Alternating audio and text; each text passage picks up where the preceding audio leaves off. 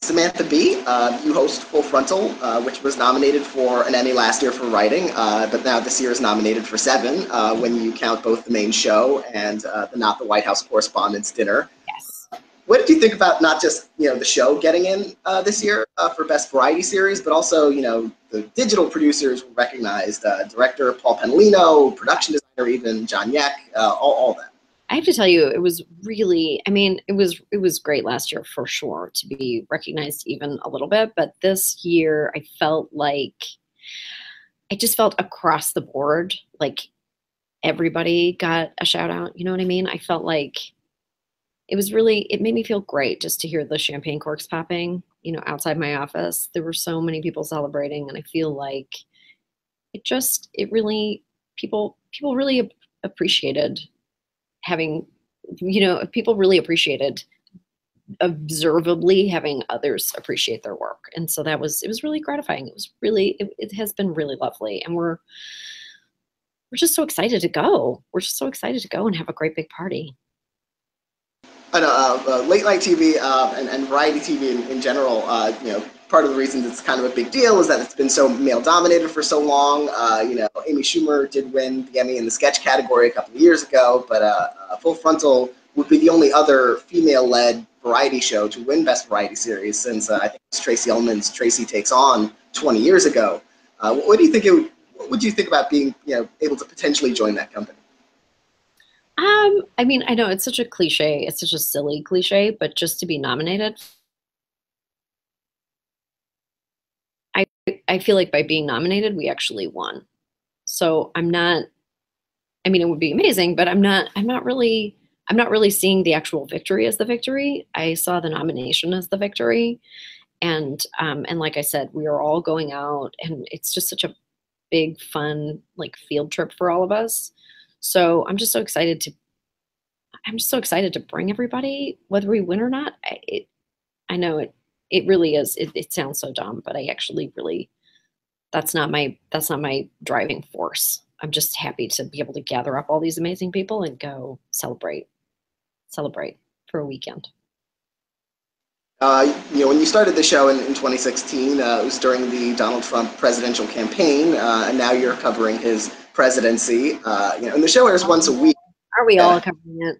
We're all covering it, or are covered by it in some way. It feels it's smothering all of us.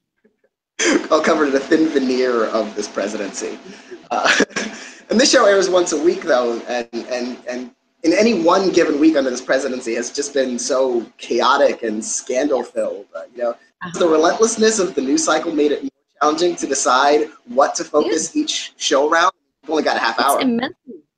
It's immensely more complex to figure out what you want to talk about. You have to really, strength of it is being able to watch larger stories emerge. So it's a good perspective for us. It's good for us to be able to sit back and sort of let everybody else do the daily job of it. And so we get to come at it from a little bit more of an analytical standpoint, and we like that here. It is relentless. We feel that. We really feel that. When a holiday comes, even though we only do a show once a week, when it's a vacation week, we really need it. It's a lot of reading and a lot of, it's just a full immersion in every possible story and every possible angle. So we're just, our best Christmas wish in the future would be just like a stable presidency that we could that we could rely on for more than 2 hours to just do nothing. But anyway, we don't live in that world anymore. So, we've escalated our efforts, I guess you could say. And some things happen especially quickly. For instance, communications director Anthony Scaramucci came and went so fast that comedians barely had time to come up with the jokes. You and I are sitting here talking. I'm sure something is happening right now. I'm gesturing toward the television that's on my wall. I don't have it on, but I'm sure if I had the volume down and I just watched the news crawl, it would be astonishing. Yeah, relaxing break. Donald Trump will tweet something during this interview that will invalidate probably most of what we're saying. I would assume so. I would assume so. I'm going to be deported. Everything we're saying. ICE is at the door for me. Yeah. Is there ever a scramble when putting together a show for the week when, like, if there's like a sudden news event, you see the news story on your TV that, oh, it's Tuesday morning or Tuesday night, it's like we can't not cover this. And late Tuesday afternoon when he fires James Comey, I mean, and we had a show the next day that was completely built and packaged. We were all really excited about it, and then he fired James Comey. And it was funny because on that day, I was actually doing Colbert, and they had the exact same scramble. So just everyone, just every show of this kind just had to drop everything and rejigger everything. They were in the middle of taping that night's show. So they really had to scramble. At least we had the luxury of like the 12-hour pause in between the event and our show taping. But yeah, it's a scramble a lot of the times. I actually listened. He's giving press conference today at 3, I think. So we'll see how it all shakes out. Oh, that should be interesting. I actually listened to a podcast recently, a political podcast, where while they were recording that podcast, they actually broke into it to say that, oh, Reince Priebus has just been fired. Okay. Yeah, that's great. Yeah, that's what life is now. Life is just a series of terrible news interruptions. And with the accelerating speed of the news cycle and the escalations of the scandals, do you ever look back at some episodes, even from maybe just a couple of months ago, and think, oh, what a more innocent time it was then? That's so funny. Actually, I really do. As you mentioned that, I was thinking about that not too long ago. I was like, remember even in May of last year, when we were just having fun and everything seemed like a lark and we were looking forward to things calming down because we were so in primary season and we had so much fun at the conventions and stuff. But it really did seem like, well, it felt very dire to us at the time. You know what I mean? Like we were very, very in it at the time. But there's just there's no comparison at all. We are aging. We are falling apart at the seams. We're just desiccating behind our computers now. Oh. Yeah, you never want to see what's trending on Twitter one day. It's just like, what now? What now? What now? What? I just want to have dinner. I just want to have dinner with my kids without having to put the computer on and watch a rally in Ohio or something. Things that used to seem unthinkable, of course, have become almost routine daily occurrences. Is there any story from this year that took you especially by surprise, or are you kind of, It takes me by surprise. All of these, the transgender ban took us by surprise. We thought that we had lost. Every once in a while you feel like, okay, I mean, are we at bottom? Have we hit the bottom? I mean, it's impossible to tell. You don't know you're at the bottom until you're rising from the bottom. So that was a big moment for us where we just threw up our hands in despair. I mean, really, it's just such an assault on everything that we hold dear. That felt particularly, just felt like another stab, but it was so ugly and so ill thought out and so baseless and ridiculous. It just had everything. It was a horrible, poisonous, toxic stew of garbage. And it really, it just offended us across the board very personally. And we were reminded that we should not lose our capacity to be shocked. I hope that we can always be shocked, because I think that indicates that we're retaining our humanity. But I wish that things like that would stop happening. I remember, of course, anything that Trump says or does, it's, you wait 5 minutes and you'll hear someone either debunking it or quoting a tweet where Trump himself debunks, Obama doing it or something. And just with the transgender ban, it was like, okay, so for the exorbitant cost of healthcare for transgender soldiers, to pay for that, you would only have to forego like 3 Mar-a-Lago weekend trips. Oh, sure. Yes, yeah. It costs a fortune just to even fly him to Mar-a-Lago.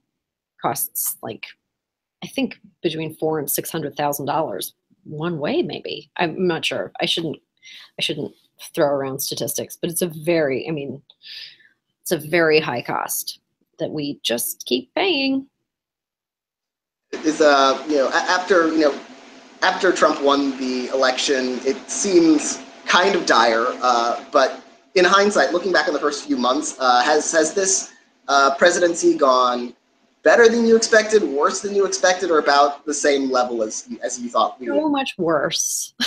It's so much worse than I would have ever thought. I mean, really, I never in my wildest dreams would I think that we would be tearing down our norms just like brick by brick, not even brick by brick, just tearing at them, pulling down these norms that we've grown accustomed to, these like gentlemen's agreements that we thought were codified into law.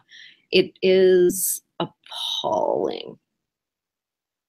End insight particularly, but it has been, I was very, obviously very worried right away. But it's so much worse than I would have ever imagined. That's not to say, I mean, listen, like, I mean, we're still making a TV show here. We're still having fun making a TV show. You know what I mean? It's not, but there are people in this country and outside of this country who have to live with the real world consequences of these actions. When you are president, your words are your deeds. And that is a frightening place for us to dwell. Yeah, I think a lot of people who were, if not necessarily optimistic, then at least hopeful that things would be okay, was that okay, Donald Trump is this a wild card, to put it most generously, but the architecture, the infrastructure of government would still be stable, and it would change him instead of him changing it, and he's right. It's remarkable how much that is not true. Isn't that amazing? And we've all come to discover that there really wasn't much meat behind all of that. There wasn't that we were missing some real buttressing to our infrastructure that we've been tearing it down ever since November. Good times. We're gonna do great. But okay, on a positive note though, because there is a positive note. I do think that people are supremely, I mean, don't you feel that people are just supremely engaged right now? I think people are so interested. Nobody really wants to hear about anything else. That's very refreshing. Like, I've been doing political satire for a long time, and I cannot remember. I mean, I guess it's not that long in the grand scheme of humanity, but there's never been a time that I've been aware of where people were more engaged politically. I mean, to a person. It's almost impossible to talk about anything else. Believe me, I try. Believe me. We should all try to take a break, but it's virtually impossible. And I think that's a good thing. I mean, we should care.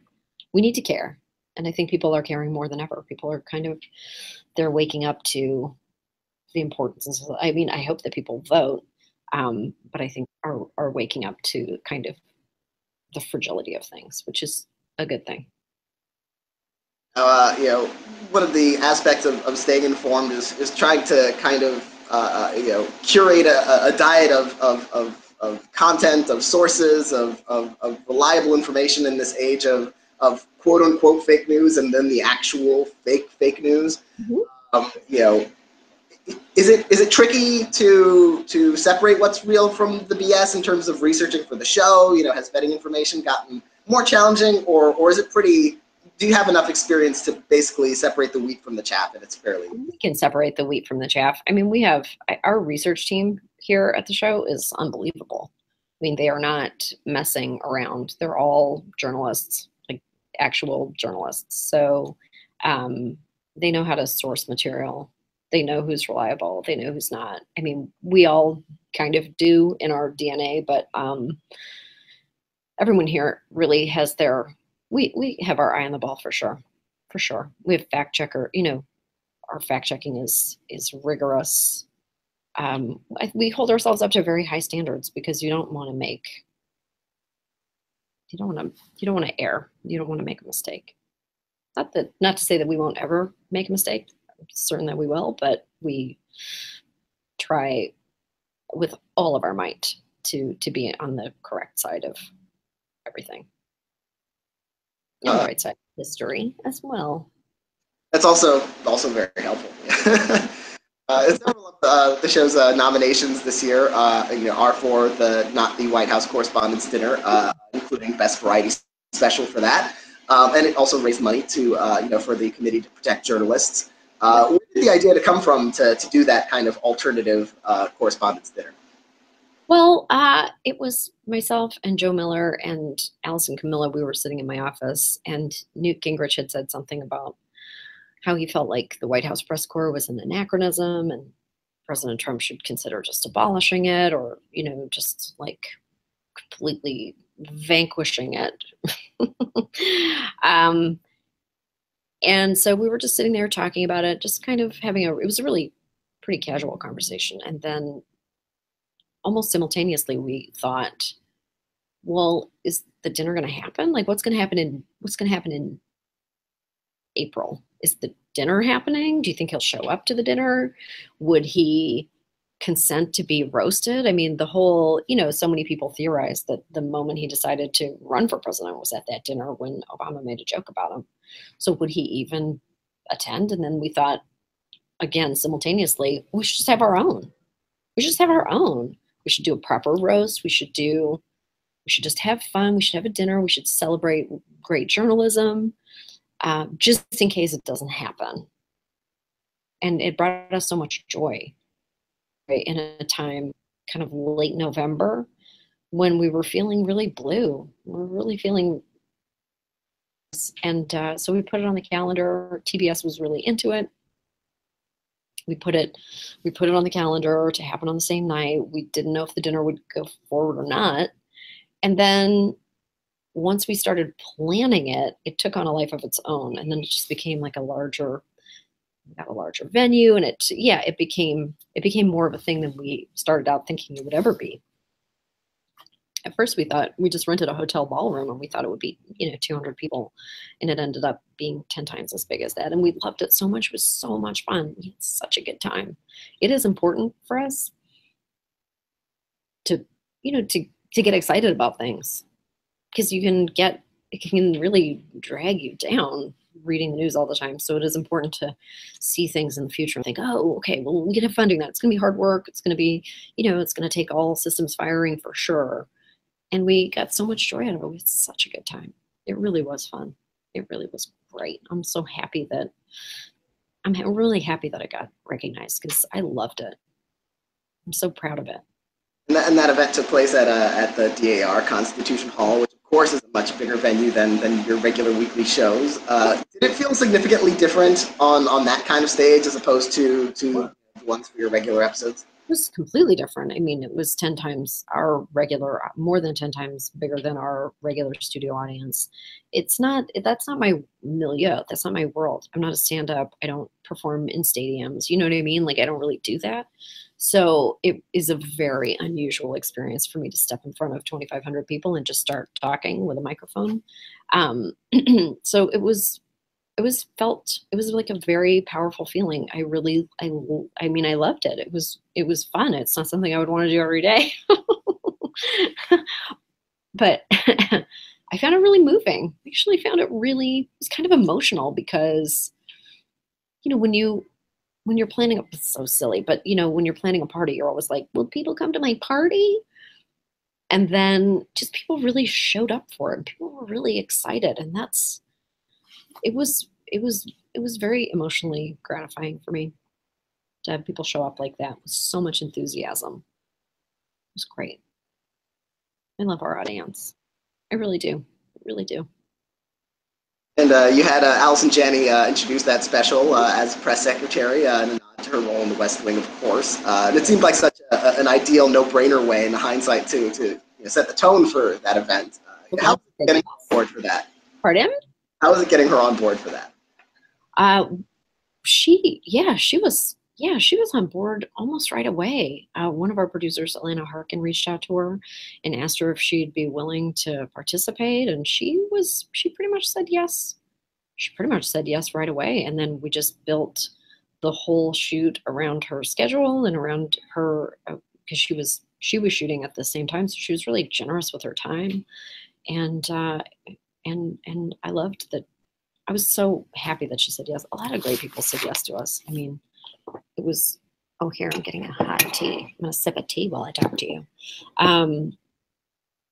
Yeah, I felt like in some ways when Allison said yes to us, I thought, okay, now we have a show. Like now we have a beginning to the show. Okay. It's really kind of like everything is falling into place. It was just one of those great moments, and she just nailed it so hard. And Will Ferrell also, coming back to reprise his George W. Bush. I mean, was that always like an early idea for the special? He reached out to us. He reached out to us. Again, I mean, I don't really have words to describe how excited I was when Will Ferrell's name came up in a realistic way. I just couldn't believe how our good fortune. And he was so lovely. Like, I mean, I have to tell you, I mean, we don't know each other. We don't live in the same city, and I don't know him. But I'm so glad to have met him. And he was so generous. He was such a total delight to work with. We just basically, as soon as he said, yes, for sure, I'm in, we were like, okay, do whatever you want. Okay, well, you could just do whatever and we'll sit back and watch. And I literally just watched him do, because I love his George W. Bush, and I just sat in the sidelines, like with a hot tea like this. He's doing it! And it was hilarious. It was hilarious. He was great. He did almost set the stage on fire with a lit cigarette. So there was one moment when he just dropped the cigarette and kind of crushed it, but it was still smoldering in the polyester rug. And we could see it from off stage. We could see like little wisps of smoke rising from the cigarette. So we watched that fairly intently, but then it was just pure joy, just bliss. There was also a Man in the High Castle parody where you see an alternate timeline where Hillary actually won the election. Do you think Full Frontal, like, I mean, obviously it would be different, but like how different do you feel like it would be to do this show with under Hillary Clinton presidency? Like, would you have to shorten it because it would be so scandal-free? Listen, no, it wouldn't be scandal-free at all. It wouldn't be free of contention. It wouldn't be smooth sailing. I think a wall of misogyny would have, we would all be drowning in a tsunami of misogyny, like we kind of are already. But it's difficult to predict. I do think that we wouldn't spend every Tuesday praying for less news. I think there would be an element of predictability. Like, I'm pretty positive that Hillary Clinton would not have gone to talk to the Boy Scouts and describe yacht orgies to the children. Those are the tiny elements of predictability that one looks for in a statesman. So we wouldn't have that to work with, but we would have, there would be things that we would be talking about. It's just that I think that we could have expanded our range of stories. Like, we wouldn't, it's almost impossible to pivot away from what this administration is doing. I mean, it's so outrageous. To turn our eyes away from it makes no sense right now. I think if she had been president, we would be able to turn our eyes away from it to some extent. At at the Emmys, shows submit episodes for consideration, and since the show's up for Best Variety Talk Series, the show entered the episode where the show goes to Scotland and protested a Trump golf course, and also covered sanctuary cities, and that was actually a good day for CNN that you covered. Yep. What about that episode stands out to you in terms of out from the body of work that the show's been doing? Well, when you look for Emmy submissions, you just look for a very well-rounded show. You look for that kind of like topicality and how enthusiastically people responded to it, and how that's really what you look for. Just look for a very well-rounded episode. Some episodes have more diversity than others. You know what I mean? Like last week we did a field piece in Kurdistan, and we did a musical number, and we did a great first act. Those types of episodes are the ones that you normally submit, because it shows a wide range of what is possible on your show. Yeah, and I would argue that Music Man sketch and that Kurdistan visit, that would be good to keep in mind for next year. Although with the way the news cycle moves, yeah, I know it'll feel so. It'll be like, what was that? What were we even thinking about then? I know. Doesn't that seem like such a it must have been so light and frivolous back then when you could do a musical number. Yes, when all TV satirists are forced to register with Trump's Satire Integrity Council or That's whatever. Right. Oh gosh. Oh my God, you're so right. Oh.